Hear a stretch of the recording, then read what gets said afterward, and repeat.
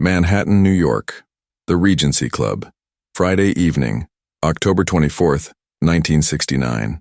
One of the most exclusive private social clubs in New York City, located on East 61st Street between Park and Madison Avenue, where the city's power brokers gathered to drink expensive whiskey and discuss business and politics, and the various arrangements that kept money and influence flowing in predictable directions.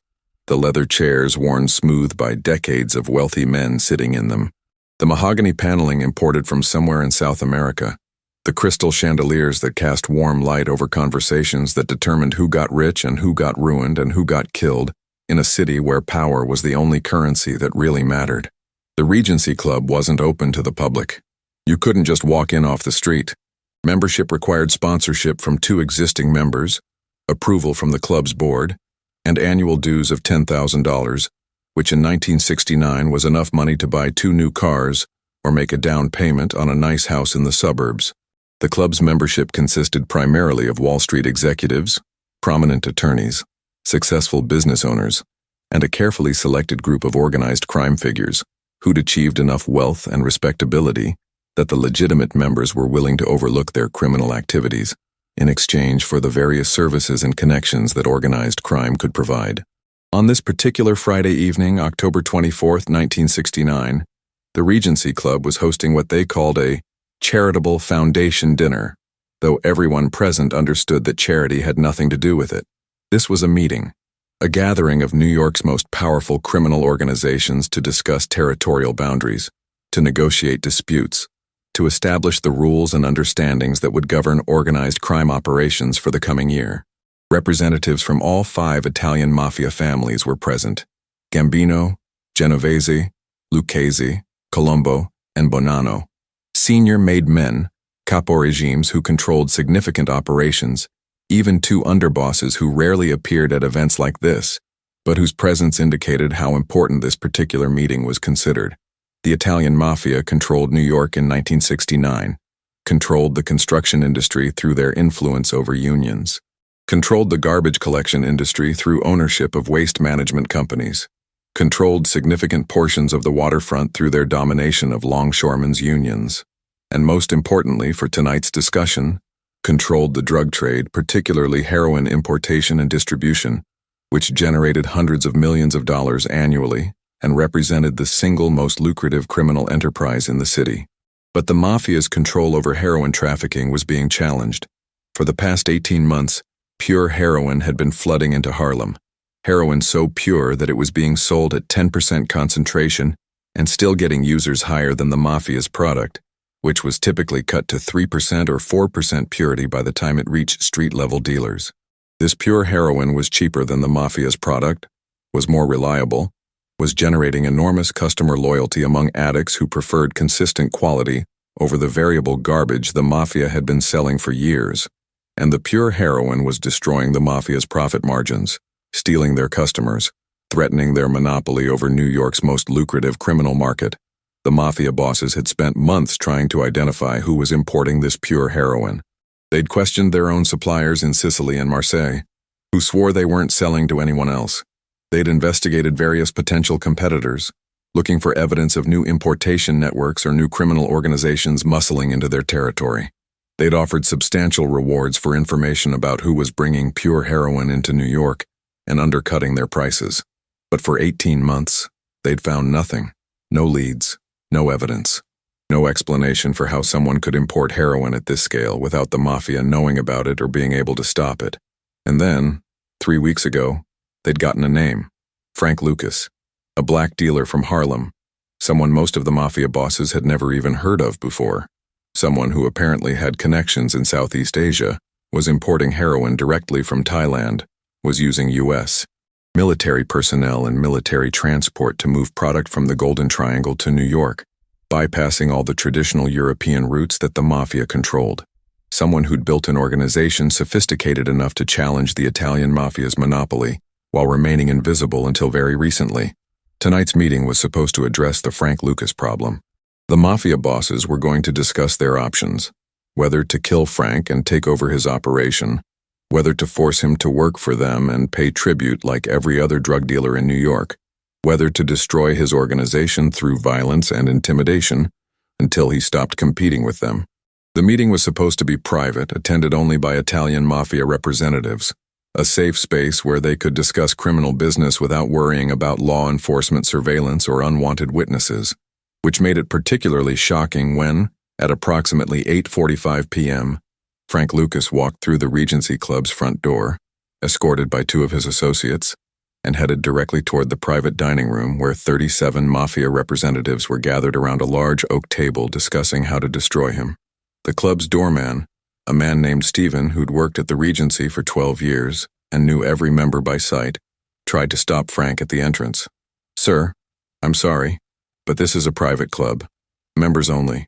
If you're here to see someone, I can call them to the front desk, but you can't go inside without—" Frank pulled out his wallet, extracted a membership card and handed it to Stephen, a legitimate Regency Club membership card, issued to Frank Lucas, sponsored by two prominent Harlem businessmen who were themselves members, men who owned legitimate businesses, but who also had connections to Frank's heroin operation, and who'd been willing to sponsor his membership application as a favor.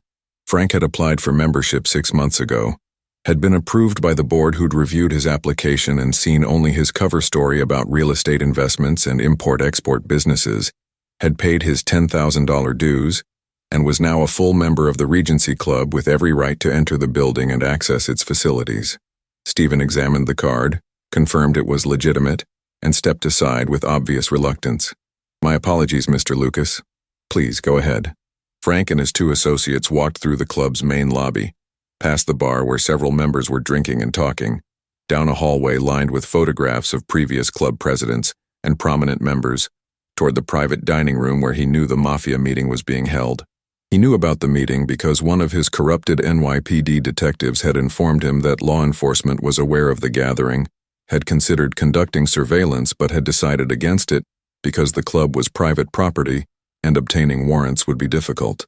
The detective had mentioned this casually, thinking Frank would want to avoid the area while the Mafia was meeting. Instead, Frank had recognized an opportunity. The opportunity to do something that no black criminal had ever done before in New York. Walk into a room full of Italian Mafia bosses and announce his presence, his power, his absolute refusal to accept their authority over his operations. To make a statement so bold, so confrontational, so deliberately insulting that it would force the Mafia to either accept his independence or start a war they might not win. Frank understood the risk. Walking into that room could get him killed immediately.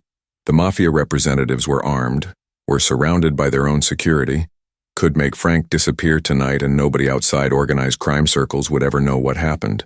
But Frank also understood that the Mafia respected boldness, respected displays of power and confidence, and that showing fear or deference would guarantee his destruction. Better to walk into that room standing tall than to wait for them to come for him, while he was cowering in Harlem hoping they'd leave him alone. Frank reached the dining room door at 8:47 p.m. Didn't knock, didn't announce himself, just opened the door and walked inside, his two associates following close behind. Entering a room where 37 of the most dangerous criminals in New York were sitting around a table covered in documents and photographs and drinking expensive wine while discussing how to eliminate the man who'd just interrupted their meeting. The conversation stopped immediately. 37 men turned to stare at Frank Lucas, standing in the doorway.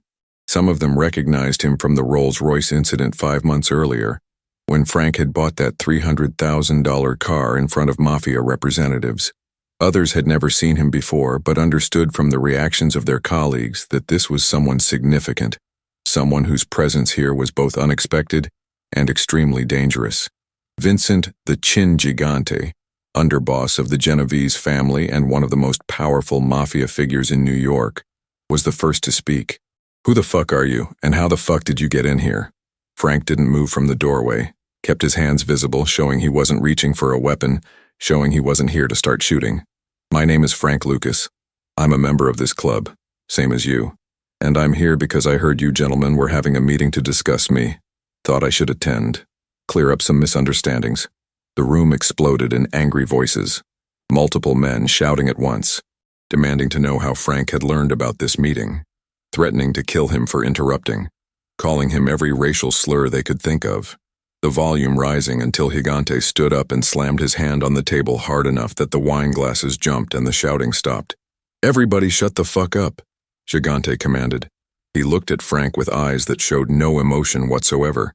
You got balls, I'll give you that, walking in here. But balls without brains just gets you killed faster. You know who we are? You know what happens to people who disrespect us? I know exactly who you are, Frank said, his voice calm despite the 37 men staring at him with expressions ranging from shock to fury to calculation. You're the people who've been wondering where the pure heroin in Harlem is coming from. You're the people who've been losing customers because my product is better and cheaper than yours. You're the people who called this meeting to decide how to deal with me. Well, I'm here. Deal with me now, face to face, instead of sitting around talking about me like I'm not a real person who might have his own opinions about how this should work. Carlo Gambino, boss of the Gambino family and arguably the most powerful mafia figure in America, spoke next.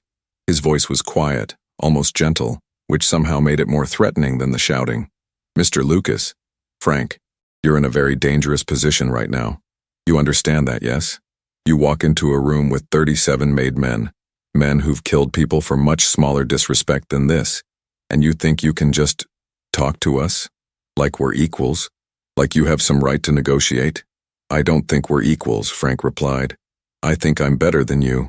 I think I've built a better organization, developed a better supply chain, created a better product, and taken customers away from you because you've gotten lazy and arrogant and stopped caring about quality. You've been importing garbage heroin from Sicily and Marseille, cutting it until there's barely anything left, charging premium prices for shit product, and you've been getting away with it because nobody could compete with you. Until I came along. The silence that followed this statement was absolute, because what Frank had just said was the kind of insult that normally resulted in immediate violence. You didn't tell mafia bosses they were lazy and arrogant, and that you were better than them. You didn't announce that you'd stolen their customers and destroyed their profit margins. You didn't stand in a room full of made men and claim superiority over the Italian Mafia families who'd controlled New York for decades. That wasn't how criminal relationships worked. That wasn't how power dynamics functioned in a world where respect was enforced through violence, and where disrespect was punished with death. But Frank Lucas had just done exactly that, and now everyone in the room was calculating whether killing Frank immediately was the right move, or whether his boldness indicated he had protection they didn't know about, resources they hadn't identified, backup plans that would make killing him more complicated than it appeared, calculating whether Frank's presence at this meeting meant law enforcement knew about the gathering and might be watching, which would make violence here extremely risky, calculating whether Frank's confidence was justified or whether he was just spectacularly stupid and about to die for his arrogance. Joseph Colombo, boss of the Colombo family, tried a different approach. Frank, you're obviously a smart man. You've built a successful operation, made a lot of money. Nobody's denying that. But there are rules in New York. Rules about who operates, who pays tribute, who gets permission before starting new businesses. You've been breaking those rules. Operating without permission, refusing to pay tribute to the families who control the territories you're working in. That's disrespectful.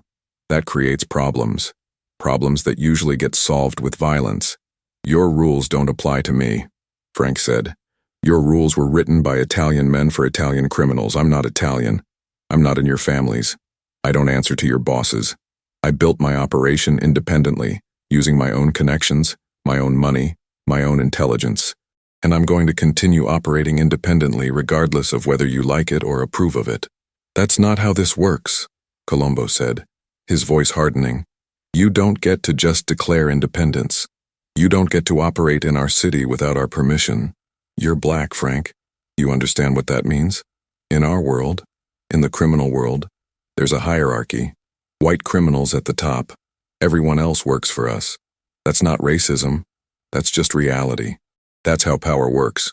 And if you don't accept that reality, if you don't start playing by the established rules, then you're going to get hurt. Badly. Permanently.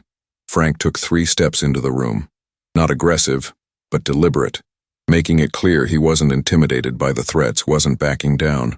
Let me tell you what I think reality is. I think your monopoly is broken. I think you've lost control of the heroin market, and you're scared about what that means for your profits and your power. I think you're sitting here trying to figure out how to deal with me because you know that killing me won't solve your problem. Kill me, and my organization keeps operating. My brothers run it. My cousins run it. My supply chain from Thailand keeps functioning. The pure heroin keeps flowing into Harlem. Your customers keep buying from my people instead of yours. Killing me might make you feel better, might satisfy your egos, but it doesn't fix your actual problem, which is that you're losing the drug war to a black man from North Carolina who figured out how to do this business better than you. The temperature in the room had shifted. The initial shock and anger were being replaced by something more complex. Recognition that Frank might be right, that killing him might not solve their problems, that his organization might be more sophisticated and more resilient than they'd assumed. Several of the mafia bosses exchanged glances, communicating without words, conducting silent negotiations about how to respond to this unprecedented situation. Thomas Lucchese, boss of the Lucchese family, one of the oldest and most traditional of the 5 families, spoke with barely controlled fury. You come in here, insult us, tell us you're better than us, claim you don't have to follow our rules, and you think you're going to walk out of here alive? You think we're just going to accept this disrespect? Let you continue operating like nothing happened? I think you're going to let me walk out of here, Frank said, because killing me here tonight in a private club where I'm a legitimate member, where there are witnesses and records and evidence, would be stupid. And I don't think you're stupid. I think you're calculating right now. Calculating whether killing me is worth the heat it would bring, worth the risk that my organization retaliates, worth the possibility that my death doesn't actually solve your problem. And I think you're realizing that maybe, just maybe, there's a better solution. What solution? Gigante asked. What the fuck are you proposing? Coexistence, Frank said. I operate in Harlem, the Bronx, and parts of Brooklyn where I've already established operations. You operate everywhere else. I don't interfere with your business outside my territories. You don't interfere with mine inside my territories. We both make money. We both avoid a war that would cost both sides profits and lives and attention from law enforcement. We establish a precedent that black criminals can operate independently if they're competent enough, professional enough, successful enough. You maintain your dignity by not backing down, just by recognizing reality. I maintain my independence by not having to pay you tribute or accept your authority. The mafia bosses stared at Frank like he'd lost his mind, because what he was proposing was revolutionary. Coexistence between independent black criminals and the Italian Mafia had never happened before. Every black drug dealer in New York worked for the Mafia, or paid tribute to the Mafia, or operated with Mafia permission. Frank was proposing that the Mafia simply accept his independence, accept that a black criminal could operate on equal terms with Italian organized crime families, accept that their monopoly was permanently broken. That's never going to happen, Gambino said flatly. We don't recognize black criminals as equals. We don't allow independent operations. We don't establish precedents that would encourage every ambitious colored criminal in New York to think they can do what you did. You're asking us to fundamentally change how organized crime works in this city, and we're not going to do that. Not for you, not for anyone. Frank had expected this response, had known the mafia bosses wouldn't immediately accept his proposal, but he'd also known that getting the proposal on the table, making it clear that he was offering an alternative to war, would plant seeds of doubt, would make some of the bosses start questioning whether fighting Frank was worth the cost. Then we have a problem, Frank said. Because I'm not stopping my operation, I'm not paying tribute, I'm not accepting subordinate status. So you've got 3 options. 1, you kill me tonight and hope that solves your problem, even though it probably won't. 2, you start a war with my organization which will cost you money and men and attention from law enforcement, and which you might not win as easily as you think. 3, you accept my proposal, establish coexistence, and we both continue making money without destroying each other. Those are your options. Choose. The room erupted again, half the men shouting that Frank needed to die immediately, that this level of disrespect couldn't be tolerated, that letting him walk out alive would make the mafia look weak.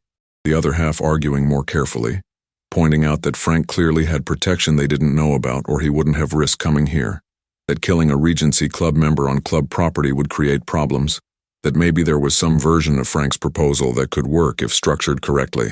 Gigante ended the argument. Get the fuck out. Now, before I change my mind about letting you leave, we'll discuss your proposal. We'll investigate your operation. We'll decide what to do, but you don't get an answer tonight. And if you ever interrupt one of our meetings again, If you ever disrespect us like this again, there won't be a discussion. There'll just be a bullet. You understand me?" Frank nodded. "I understand. I'll wait for your response, but don't wait too long. Every day you delay is another day my organization gets stronger and your heroin profits get weaker. Think about that while you're discussing." Frank turned and walked toward the door, every step feeling like it might be his last, every moment expecting to hear gunshots, to feel bullets hitting him in the back. But he reached the door, opened it, walked through with his 2 associates, and headed back down the hallway toward the club's exit. Nobody followed them. Nobody shot them. They walked out of the Regency Club onto East 61st Street, climbed into Frank's car, and drove back to Harlem while Frank's heart pounded so hard he thought it might explode. "That was the craziest thing I've ever seen," one of Frank's associates said once they were safely in the car, walking into a room with 37 mafia bosses, telling them they're lazy and arrogant, proposing that they just accept your independence like that's a normal thing. "You realize they could have killed us all right there? Could have made us disappear and nobody would have ever known what happened?" "They could have," Frank agreed. "But they didn't, because I gave them something to think about, gave them an alternative to war, planted the idea that maybe fighting me isn't worth it. And now they're going to spend the next few weeks debating and investigating and trying to figure out what to do, which gives me time to strengthen my operation, prepare for whatever they decide, make myself into an even harder target." News of Frank's appearance at the Regency Club spread through New York's criminal underworld within hours. By Saturday morning, every significant criminal in the city had heard about it.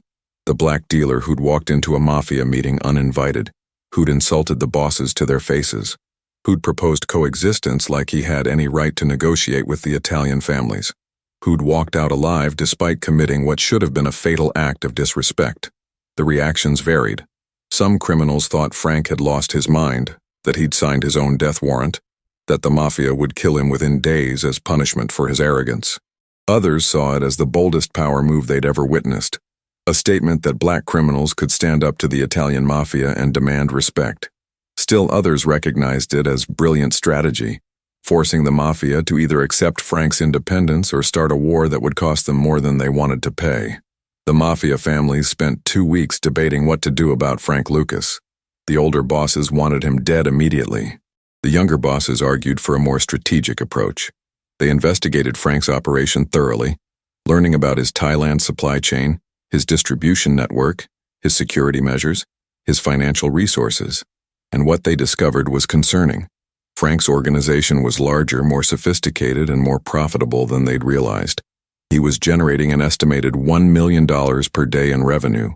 He had connections in the U.S., military that gave him access to transportation routes the Mafia couldn't match.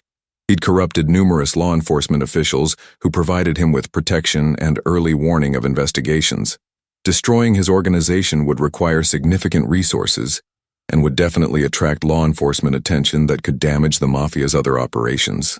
On November 7, 1969, 2 weeks after Frank's appearance at the Regency Club, Carlo Gambino sent a message to Frank through an intermediary.